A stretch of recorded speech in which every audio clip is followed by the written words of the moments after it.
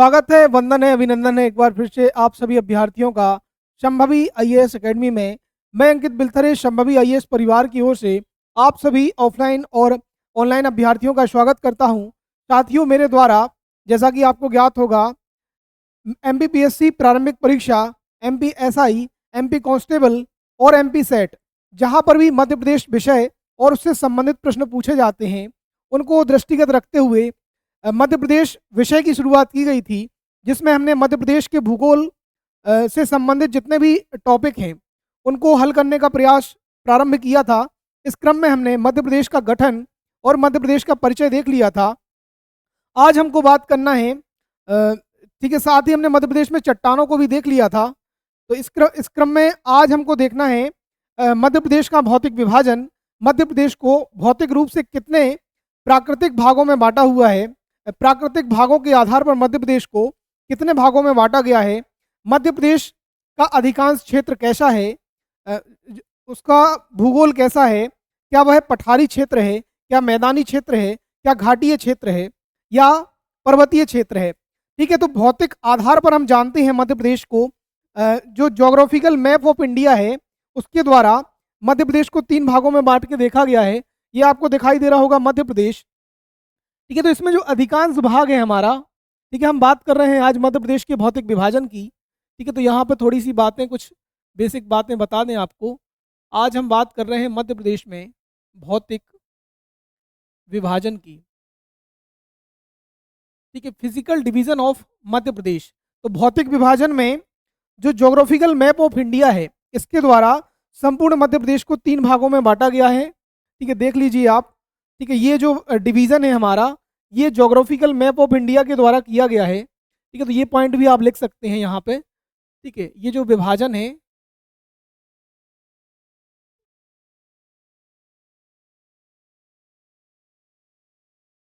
ठीक है, geographical map of India. ठीक है, जियोग्राफिकल मैप ऑफ इंडिया के द्वारा मध्य प्रदेश को 3, ठीक है, प्राकृतिक भागों में बांटकर देखा जाता है। ठीक है, पहला भाग है आपका मध्य उच्च प्रदेश, सेंट्रल हाईलैंड। दूसरा भाग है आपका पूर्वी पठार, ईस्टर्न प्लेट्यू। और तीसरा भाग है आपका सतपुड़ा मैकल श्रेणी। ठीक है, तो सतपुड़ा मैकल रेंज, ये जो है मध्य प्रदेश को 3 प्राकृतिक भागों में बांट के देखा गया है। ठीक है, तो भौतिक विभाजन में आपको किन चीज़ों को पढ़ना रहता है, ठीक है, उसकी भी हम बात कर ले रहे। ठीक है, भौतिक विभाजन में आपको जानना रहता है किसी भी क्षेत्र का जब हम भौतिक विभाजन पढ़ते हैं तो उस क्षेत्र में कैसा प्राकृतिक भूभाग है। ठीक है, उस क्षेत्र का भूभाग क्या पठारीय है, उस क्षेत्र का भूभाग क्या मैदानीय है, या मैदानी है तो कितना है, पठारी है तो कितना है, नदी घाटियां हैं उस क्षेत्र में, अगर नदी घाटियां हैं तो कितनी हैं, कहाँ पर वो फैली हुई हैं, उसकी स्थिति कहाँ पर है मैप में। ठीक है, उस तरह की चीज़ों को हम जानने का प्रयास करते हैं। साथ ही हम जानते हैं उस क्षेत्र की स्थिति के बारे में। ठीक है, तो भौतिक विभाजन में ही देखिए आप कितने बिंदुओं को आपका जो है अध्ययन करना रहता है आपको। तो इन इन ये जो भौतिक विभाजन है इसमें आपको जानना होता है उस क्षेत्र विशेष के प्राकृतिक, ठीक है, प्राकृतिक भूभाग, ठीक है, या प्राकृतिक प्रदेश जानना रहते हैं। वह प्रदेश कैसे हैं, वह प्रदेश पठारी भी हो सकते हैं, ठीक है, पठार हो सकते हैं, मैदान हो सकते हैं, ठीक है, नदी घाटी हो सकती है, ठीक है, पर्वतीय हो सकते हैं, ठीक है, इत्यादि हो सकते हैं। ठीक है, ईटीसी, ठीक है, इत्यादि हो सकते हैं। तो इतना आपको पता होना चाहिए। प्राकृतिक विभाजन में हम जानते हैं उस क्षेत्र विशेष में किस तरह का भूभाग पाया जाता है, क्या वह पठारी है, क्या वह पर्वतीय है, क्या वह मैदानी है, क्या वह घाटीय है। अगर वह मैदानी है तो कितना है, घाटी है तो कितना है। ठीक है, साथ ही आपको जानना रहता है उस प्राकृतिक भूभाग में, ठीक है, प्राकृतिक भूभाग, ठीक है, उस प्राकृतिक भूभाग में किन बिंदुओं को आपको अध्ययन करना रहता है। ठीक है, तो ये देख लीजिए आप, जो मेन बिंदु हैं आपके, वह जो प्राकृतिक भूभाग है, जैसे आपने पीछे देखा, ठीक है, ये जो क्षेत्र आपको दिखाई दे रहा होगा, जैसे मान लो मालवा का पठार, यह एक प्राकृतिक भूभाग है। ठीक है, ठीक है, ज्योग्राफी की भूगोल की दृष्टि से देखा जाए तो ये एक पठारी क्षेत्र है ना? तो ये जो भूभाग है हमारा, उदाहरण के लिए, तो यह कहाँ स्थित है? तो पहला बिंदु आपको जानना रहता है उसकी अवस्थिति, लोकेशन। ठीक है, आपको जानना रहता है उस क्षेत्र की अवस्थिति, वह कहाँ पर स्थित है। ठीक है, दूसरा जानना रहता है उसका निर्माण कैसे हुआ है। ठीक है, उसका निर्माण क्या किसी ज्वालामुखी घटना के उद्गार के फलस्वरूप हुआ है? क्या उसका निर्माण, ठीक है, पर्वतों के ठीक है, जो प्लेटें हैं हमारी पृथ्वी की प्लेटें हैं, उनके ऊपर नीचे खिसकने के कारण हुआ है? किसी भ्रंशन जो है भ्रंश घटना के कारण हुआ है? ठीक है, इस तरह की प्लेट टेक्टोनिक गतिविधि के कारण हुआ है ना? या किसी पर्वत का कगारीय क्षेत्र है? ठीक है, इस तरह की चीज़ों को आपको जानना रहता है। क्या जो है नदियों के द्वारा मिट्टी को लाकर, ठीक है, वहाँ पर जलोढ़ मैदान का निर्माण कर दिया गया है। ठीक है, तो इस तरह की बातों को आपको जानना रहता है। साथ ही आपको पता होना चाहिए उस क्षेत्र का क्षेत्रफल कितना है। ठीक है, उस क्षेत्र का जो संपूर्ण भूभाग है हमारा, उसका क्षेत्रफल कितना है, पूरे मध्य प्रदेश का क्षेत्रफल का कितना है, ठीक है, उसका विस्तार कहाँ-कहाँ पर है। ठीक है, विस्तार हम जानेंगे कि विस्तार बोल दो या जिले, उसका विस्तार किन-किन जिलों में जो है देखा जाता है, तो उसको हम जानेंगे। ठीक है, साथ ही आपको उस क्षेत्र में पाई जाने वाली मृदा के बारे में भी जानकारी होना चाहिए। ठीक है, तो वहाँ पे किस प्रकार की मृदा मिलती है, वहाँ होने वाली वर्षा कैसी है, ठीक है, और ठीक है, वर्षा के बाद आपको जानना पड़ेगा वहाँ की वनस्पति या वन, ठीक है, इनका भी हम अध्ययन करते हैं कि उस क्षेत्र में पाई जाने वाली वनस्पति कैसी है। क्या वहाँ पर शुष्क पर्णपाती वन मिलते हैं, ठीक है, उस क्षेत्र में आर्द्र पर्णपाती वन मिलते हैं, ठीक है, या ठीक है विरले या कटीले वृक्ष पाए जाते हैं। इस तरह की जानकारी आपको होना चाहिए। साथ ही आपको पता होना चाहिए उस क्षेत्र में प्रवाहित होने वाली प्रमुख नदियाँ कौन-कौन सी हैं। क्या कोई नदी जो है जल संकट के अभाव से जूझ रही है? क्या उस नदी में बहुत ज़्यादा प्रदूषण हो गया है? क्या वह नदी किसी जो है ठीक है, भूभाग में बहुत ज़्यादा कटाव करती है, ठीक है, मतलब मृदा से जुड़ी हुई कोई किसी समस्या को जन्म देती है क्या वह नदी? तो उस तरह की चीज़ों को हम यहाँ पर, ठीक है, जानने का प्रयास करेंगे। ठीक है, साथ ही आपको यहीं पे अध्ययन करना है, ठीक है, उस क्षेत्र में पाई जाने वाली प्रमुख फसलों के बारे में। कौन-कौन सी प्रमुख फसलें उस क्षेत्र में पाई जाती हैं, और आखिरी बिंदु जो है वो है विशेष। ठीक है, उस क्षेत्र की क्या विशेषता है जो उसको अन्य क्षेत्र से अलग बनाती है। ठीक है, उस क्षेत्र का औद्योगिक जो है ठीक है, आर्थिक महत्व हो सकता है, उस क्षेत्र का कोई प्राकृतिक महत्व हो सकता है ना? या उस क्षेत्र में पाई जाने वाली कोई ऐसी विशेष फसल हो सकती है जो उस क्षेत्र को अलग बनाती हो, या उस क्षेत्र की पहचान को निर्धारित करती हो। तो इन बिंदुओं के आधार पर हमको मध्य प्रदेश के प्राकृतिक विभाजन का अध्ययन करना है। ठीक है, ये मुख्य की बिंदु हैं आपके। ठीक है, तो यहाँ पर आपको दिखाई दे रहा होगा पूरा मध्य प्रदेश, जिसमें आप ठीक है, मुख्य रूप से देखेंगे। ठीक है, तो ये जो काला जो कलर से बना हुआ है, इसको कहा जाता है मालवा का पठार। ऊपर जो भाग है हमारा, यह कहलाता है मध्य भारत का पठार, या इसी को कहते हैं चंबल का उप आंध्र प्रदेश। ठीक है, तो इसके दो नाम हैं। ये जो आपको दिखाई दे रहा है हमारा, तो ये है मालवा का पठार। ठीक है, यहीं पे लिख दे रहे हैं हम। ठीक है, ये जो भाग आपको दिखाई दे रहा है मालवा पठार। ठीक है, ये जो भाग दिखाई दे रहा है आपको, ये है हमारा मध्य भारत का पठार, मध्य भारत का पठार, या इसी को कहा जाता है चंबल का उप आंध्र प्रदेश, चंबल उप आंध्र प्रदेश। ठीक है, प्रदेश। ठीक है, ये जो भाग आपको दिखाई दे रहा है, इसको कहते हैं बुंदेलखंड का पठार, बुंदेलखंड का पठार। ठीक है, साथ ही ये वाला जो ब्लू कलर से आपको दिख रहा होगा यहाँ पे नीले कलर से, तो ये है आपका रीवा पन्ना का पठार। ठीक है, बुंदेलखंड का पठार, रीवा पन्ना का पठार। ठीक है, ये जो पूर्वी भाग है हमारा, ये कहलाता है बघेलखंड का पठार, या इसी को हम कहते हैं पूर्वी पठार। ठीक है, और ये जो लाल कलर से आपको दिखाई दे रही है ये घाटी, तो ये है नर्मदा सोन घाटी, नर्मदा। ठीक है, सोन घाटी या नर्मदा घाटी बोल दें। सोन का विस्तार अब देखेंगे तो थोड़ा सा और आगे तक हो जाएगा। ठीक है, नगण्य रूप से है, लेकिन मुख्य रूप से नर्मदा घाटी ही, ठीक है, उसका अध्ययन हम करते हैं। और जो हमारा बिल्कुल दक्षिणी भाग, ये आपको दिखाई दे रहा होगा, ये वाला जो भाग है वो है सतपुड़ा मैकल श्रेणी, सतपुड़ा मैकाल, ठीक है, श्रेणी के नाम से जाना जाता है। तो ये मध्य प्रदेश के ये सभी प्रमुख क्या हैं, प्राकृतिक भूभाग हैं। ठीक है, इन्हीं को जो है ज्योग्राफिकल मैप ऑफ इंडिया ने 3 कैटेगरी में बांट के बताया हुआ है, तो उसको हम जानने का प्रयास करेंगे।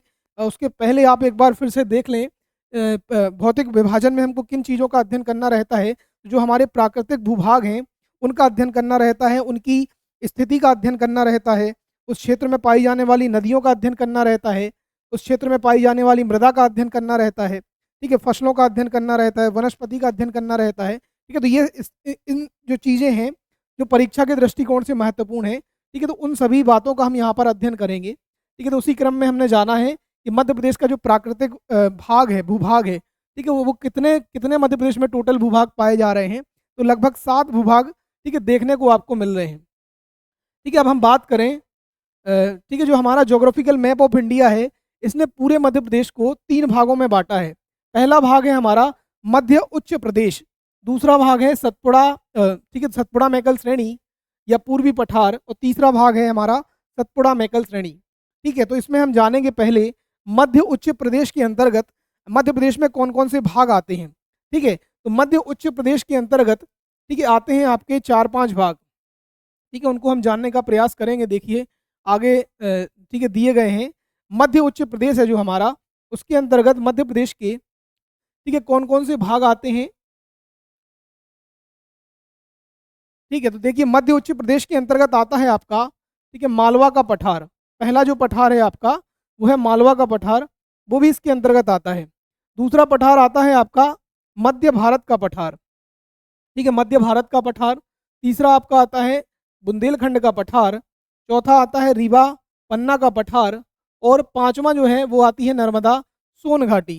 ठीक है, तो मध्य प्रदेश में कौन कौन से प्राकृतिक भूभाग आते हैं, तो 5 भूभाग आते हैं। किसके अंतर्गत? मध्य उच्च प्रदेश के अंतर्गत। पहला है आपका मालवा का पठार, दूसरा है मध्य भारत का पठार, तीसरा है बुंदेलखंड का पठार, उसके बाद है रीवा पन्ना का पठार, और है नर्मदा सोन घाटी। ठीक है, तो ये जो है हमारे, ठीक है, मालवा पठार के अंतर्गत आते हैं, मध्य उच्च प्रदेश के अंतर्गत आते हैं। ठीक है, तो इस बार मैप में आप देख लीजिए यहीं पे, ठीक है, कौन कौन सा जो हमारा क्षेत्र है वो आपका आ गया है मालवा के, मध्य उच्च प्रदेश के अंतर्गत।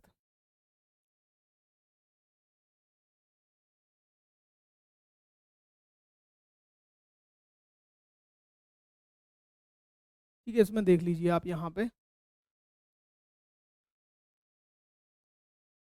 ठीक है, तो इसमें हमने जान लिया, आपने जाना पहला मालवा का पठार, दूसरा जाना आपने मध्य भारत का पठार या चंबल का उप आंध्र प्रदेश, तीसरा जाना आपने बुंदेलखंड का पठार, चौथा जाना रीवा पन्ना का पठार, और पांचवी जानी आपने नर्मदा सोन घाटी। तो ये जो 5 क्षेत्र हैं हमारे, वह मध्य उच्च प्रदेश या सेंट्रल हाईलैंड के अंतर्गत आते हैं। ठीक है, कौन कौन सा?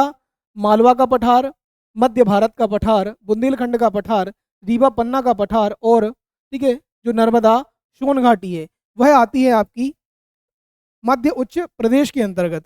और उसके बाद दूसरा जो भाग है हमारा पूर्वी पठार, तो पूर्वी पठार के अंतर्गत केवल एकमात्र पठार आता है, ठीक है, बघेलखंड का पठार। कौन सा पठार आता है? तो ये है हमारा, ठीक है, बघेलखंड का पठार।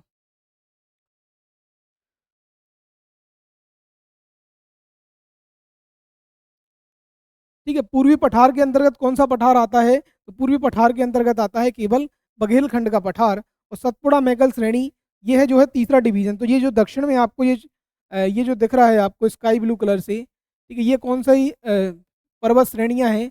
तो ये है हमारी सतपुड़ा मैकल श्रेणी। तो ये जो है मध्य प्रदेश का भौतिक विभाजन है जो ज्योग्राफिकल मैप ऑफ इंडिया के द्वारा, ठीक है, बताया गया है, उसको हमने जान लिया।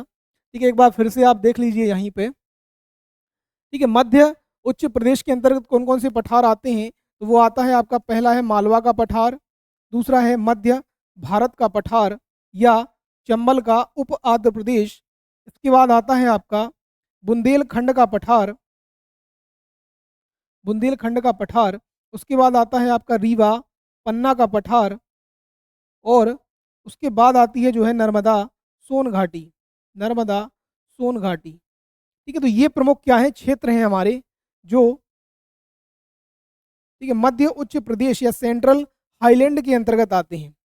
ठीक है, तो एक बार हम आपको बता दे रहे हैं ठीक है, कौन-कौन से क्षेत्र आते हैं मध्य उच्च प्रदेश के अंतर्गत।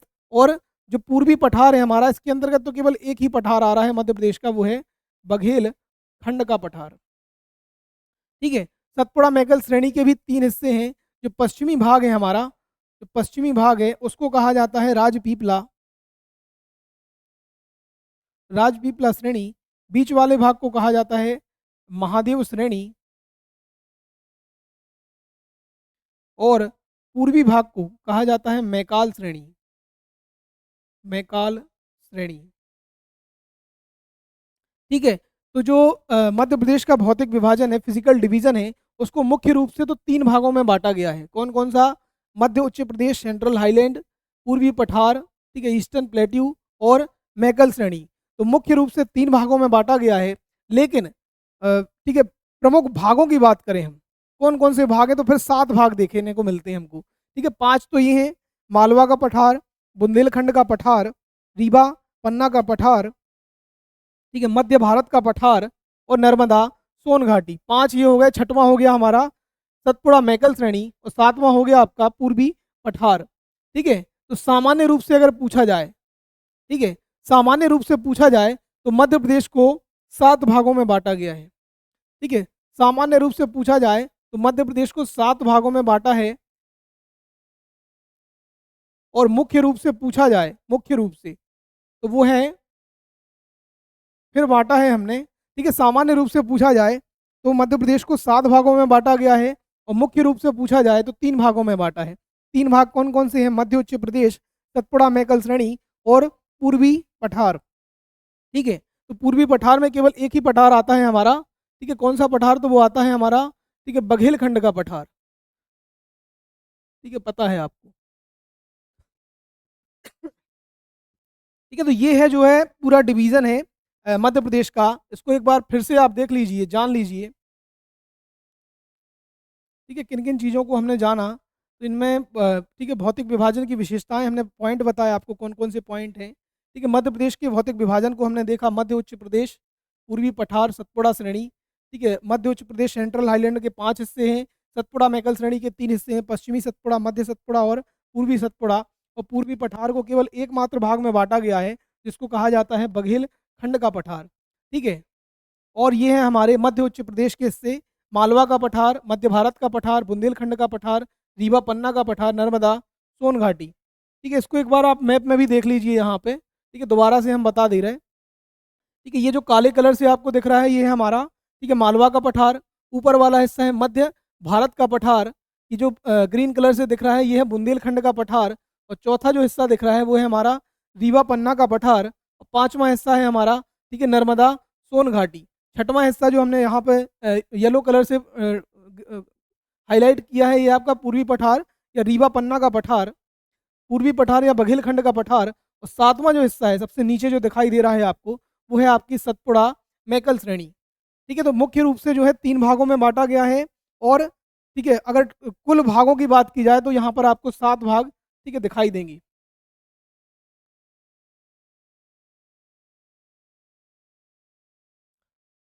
ठीक है, ये है, देखिए, सतपुड़ा मैकल श्रेणी। जो पश्चिमी सतपुड़ा है उसको राजपीपला के नाम से जाना जाता है, मध्य सतपुड़ा महादेव के नाम से, और पूर्वी सतपुड़ा इसको मैकाल के नाम से जाना जाता है। ठीक है, तो इतने बिंदु आपको पता होना चाहिए। इसके बाद जो पूर्वी पठार है, इसको केवल इसका एक ही डिवीज़न है, और उसको कहा जाता है बघेलखंड का पठार। ठीक है, ये कौन सा है? तो ये हमारा, ठीक है, बघेलखंड का पठार। ठीक है, ये वही बिंदु बताए गए हैं। ठीक है, मालवा का पठार, मध्य भारत का पठार, ठीक है, बुंदेलखंड का पठार, रीवा पन्ना का पठार, ये नर्मदा सोन घाटी, बघेलखंड का पठार, और 7वां है आपका सतपुड़ा मैकल श्रेणी। ठीक है, सतपुड़ा मैकल रेंज। ये जो हिस्सा आपको दिखाई दे रहा है, ये है राजपीपला। ठीक है, इसको भी आप बता सकते हैं, ये जो है, ठीक है, राजपीपला। ये बीच वाला हिस्सा है महादेव, और जो पूर्वी हिस्सा है वो है आपका मैकाल श्रेणी, मैकाल। ठीक है, तो इतने प्रमुख हिस्से हैं। ठीक है, ये तीनों ही हिस्से किसके हैं? सतपुड़ा मैकल श्रेणी के हैं। ठीक है। अब मालवा के पठार के पहले, ठीक है, कुछ बिंदु और आपको यहाँ पे जानने की ज़रूरत है। ठीक है, जैसे जो हमारा, ठीक है, प्रायद्वीपीय भारत है,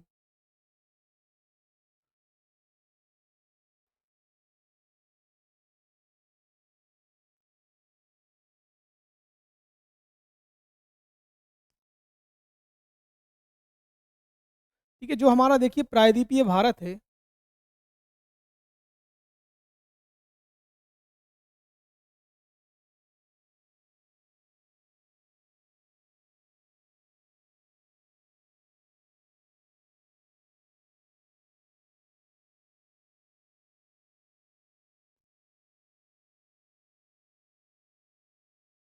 ठीक है, यहाँ तो आपको पता ही है।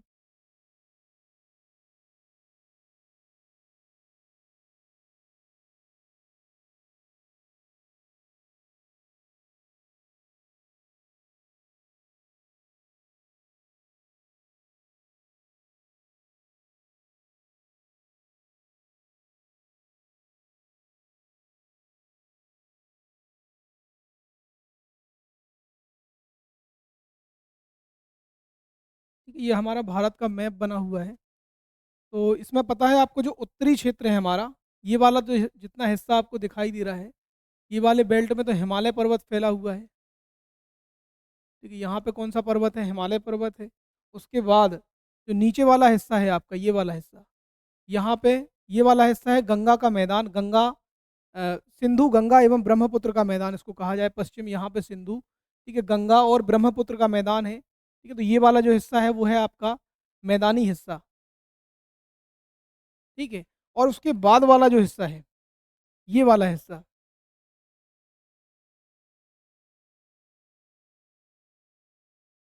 ठीक है, ये है प्रायद्वीपीय पठार। ठीक है, ये क्या है हमारा? ये है प्रायद्वीपीय पठार, प्रायद्वीपीय पठार है। ठीक है, इसी प्रायद्वीपीय पठार के 3 प्रमुख हिस्से हैं। ये जो प्रायद्वीपीय पठार है, इसके 3 प्रमुख हिस्से हैं। ये जो उत्तरी वाला भाग, ये कहलाता है मध्य उच्च प्रदेश।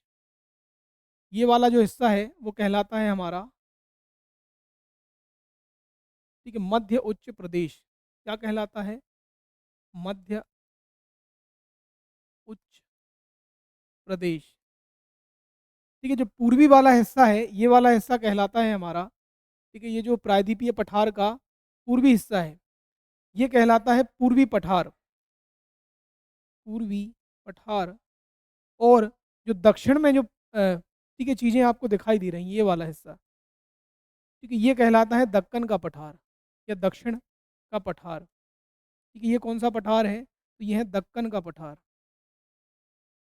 दक्कन पठार। ठीक है, एक बार फिर से देख लीजिए। ठीक है, उत्तर का तो आपको क्लियर है, हम ये मध्य प्रदेश में जो, ठीक है, पठारों की स्थिति है, उसके अध्ययन के लिए इसको जान रहे हैं। ठीक है, ये आपका क्या है? हिमालय पर्वत। ठीक है, ये गंगा का मैदान। ठीक है, हमारा जो मध्य प्रदेश है वो कहाँ पे स्थित है? तो वो है प्रायद्वीपीय भारत में स्थित। ठीक है, तो ये जो हिस्सा है हमारा, ठीक है, ये रेड कलर से आपको दिखाई दे रहा है, इसको क्या कहा जाता है? इसको कहा जाता है प्रायद्वीपीय भारत। ठीक है, क्या कहा जाता है? प्रायद्वीपीय पठार कहा जाता है। और प्रायद्वीपीय पठार का जो उत्तरी हिस्सा है, उत्तरी हिस्से को कहा जाता है मध्य उच्च प्रदेश, सेंट्रल हाईलैंड। अभी हमने पढ़ा सेंट्रल हाईलैंड। ठीक है, सेंट्रल हाईलैंड के हमने मध्य प्रदेश में 5 हिस्से बताए। कौन कौन से बताए थे? तो मालवा का पठार। ठीक है, तो इस वाले हिस्से में क्या फैला होगा? ठीक है, मालवा का पठार। यहाँ पे कहीं फैला होगा बुंदेलखंड का पठार। यहाँ कहीं फैला होगा रीवा पन्ना का पठार।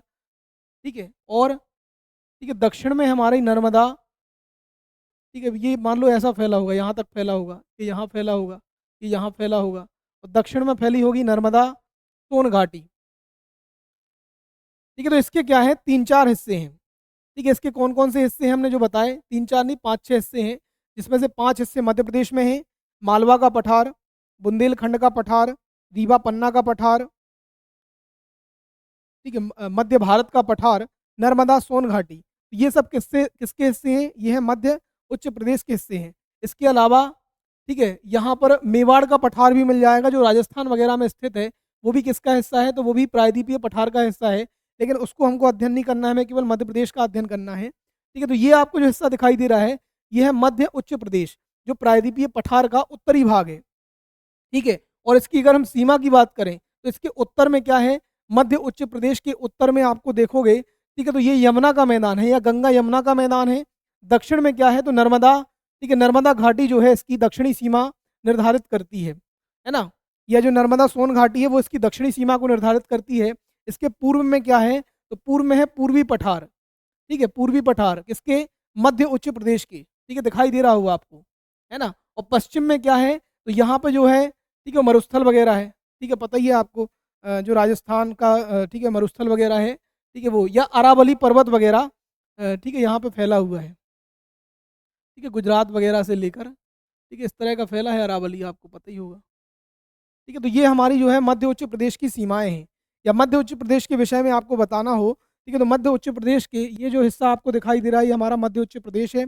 मध्य उच्च प्रदेश के उत्तर में क्या है, ठीक है, देखिए ये है हमारा मध्य उच्च प्रदेश, ठीक है, मध्य उच्च प्रदेश। मध्य उच्च प्रदेश के उत्तर में क्या है, तो गंगा यमुना का मैदान। पूर्व में क्या है, तो पूर्वी पठार। पश्चिम में क्या है, अरावली पर्वत। और दक्षिण में क्या है, दक्कन का पठार, ठीक है। तो ये जो है मध्य उच्च प्रदेश की सीमाओं को तय करता है, ठीक है। ये जो ठीक है नर्मदा नदी है, यह मध्य उच्च प्रदेश की अंतिम या दक्षिणी सीमा को तय करती है। उसके नीचे से जो है दक्षिण का या दक्कन का पठार प्रारंभ हो जाता है, ठीक है। बात करें, ये आपको क्लियर हो गया होगा इसमें कौन कौन से पठार हैं, ठीक है। बुंदेलखंड, ठीक है, रीवा पन्ना, मध्य उच्च मध्य भारत का पठार, नर्मदा घाटी, ठीक है, मेवाड़ का पठार, ठीक है, इस तरह के पठार हैं। लेकिन हमें जो मध्य प्रदेश के हिसाब से या मध्य प्रदेश में जो पठार स्थित हैं उन्हीं का अध्ययन करना है।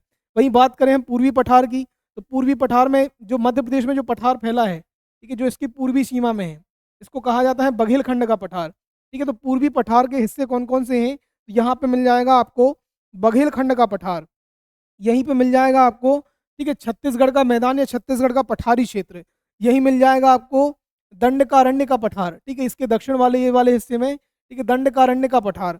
और यहीं आपको मिल जाएगा, ठीक है, दंडकारण्य का पठार। और यहीं आपको मिल जाएगा इस वाले हिस्से में छोटा नागपुर का पठार, ठीक है। तो ये सभी किसके हिस्से हैं, तो ये जो हिस्से हैं वो हैं सब पूर्वी पठार के अंतर्गत आते हैं, ठीक है। तो हमें केवल एक ही पठार का अध्ययन करना है जिसका नाम है, ठीक है, बघेलखंड का पठार, जो ठीक है मध्य उच्च प्रदेश के कहाँ स्थित है, मध्य उच्च प्रदेश के पूरब में स्थित है, ठीक है। और जो दक्कन का पठार है, दक्कन के पठार के भी 3 या 4 हिस्से हैं, ठीक है। तो आप जब भी भारत का भूगोल पढ़ोगे, इंडियन ज्योग्राफी पढ़ोगे, तो उसमें आप पढ़ोगे महाराष्ट्र का पठार, ठीक है, तेलंगाना का पठार, और ठीक है, महाराष्ट्र का पठार, तेलंगाना का पठार और कर्नाटक का पठार, ठीक है। तो ये जो पठार हैं वह किसके हिस्से हैं, वो सभी दक्कन के पठार के हिस्से हैं, ठीक है। तो हमें किन चीज़ों का अध्ययन करना है, हमें केवल अध्ययन करना है,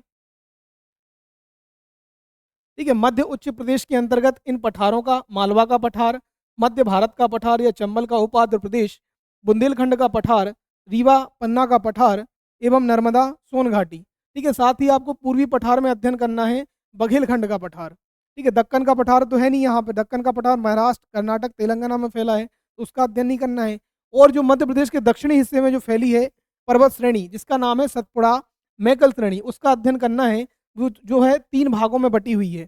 पश्चिमी सतपुड़ा को राजपीपला के नाम से जाना जाता है, मध्य सतपुड़ा को महादेव श्रेणी के नाम से जाना जाता है, और पूर्वी सतपुड़ा को मैकल श्रेणी के नाम से जाना जाता है, ठीक है। उसी को हमने जो है यहाँ पे आपको मैप में बताया था, ठीक है। तो ये वाला जो आपको हिस्सा दिखाई दे रहा है, ये जो 5 शुरुआत के भाग लिखे हैं, ये मध्य उच्च प्रदेश के अंतर्गत आते हैं। 6वां जो भाग है वह पूर्वी पठार का हिस्सा है, और 7वां जो भाग है, ठीक है, ये दिखाई दे रहा होगा आपको, ठीक है, जिसको हम कह रहे हैं सतपुड़ा मैकल श्रेणी। तो यह 7वां और अलग भाग है, ठीक है। तो इनको सभी को हमको अध्ययन करना है, और अध्ययन के बिंदु कौन कौन से होने वाले हैं, ठीक है, तो उनकी भी हमने चर्चा कर ली है। अध्ययन के जो बिंदु होने वाले हैं, तो ये सभी बिंदु होने वाले हैं, ठीक है। कौन कौन से बिंदु होने वाले हैं, तो इनकी अवस्थिति होने वाली है। पहला बिंदु अवस्थिति मतलब लोकेशन, जैसे मालवा का पठार कहाँ स्थित है, तो हम बताएंगे मालवा का पठार मध्य भारत के पठार के दक्षिण में, या ठीक है, मध्य भारत के पठार के दक्षिण में एवं नर्मदा सोन घाटी के उत्तर में स्थित है। साथ ही जो बुंदेलखंड का पठार है और रीवा पन्ना का पठार है वह इसके पूर्व में स्थित है, तो वो इसकी क्या हो जाएगी, अवस्थिति हो जाएगी। साथ ही इसके पश्चिम में क्या है, तो यहाँ पर ठीक है अरावली की श्रेणियाँ हैं, ठीक है, अरावली पर्वत क्या है, फैला हुआ है, तो ये हो जाएगी इसकी स्थिति, ठीक है। निर्माण, तो निर्माण में हम देखेंगे कि किस घटना के कारण इसका निर्माण हुआ है। जैसे मालवा का पठार जो है ज्वालामुखी उद्गार के फलस्वरूप जो लावा निकला और जब वो लावा पूरे जो है क्षेत्र में फैल गया, उसके कारण ठीक है, यहाँ पर बेसाल्ट चट्टानों का निर्माण हुआ और बेसाल्ट चट्टानों से ही ये जो क्षेत्र पूरा ठीक है बना हुआ है।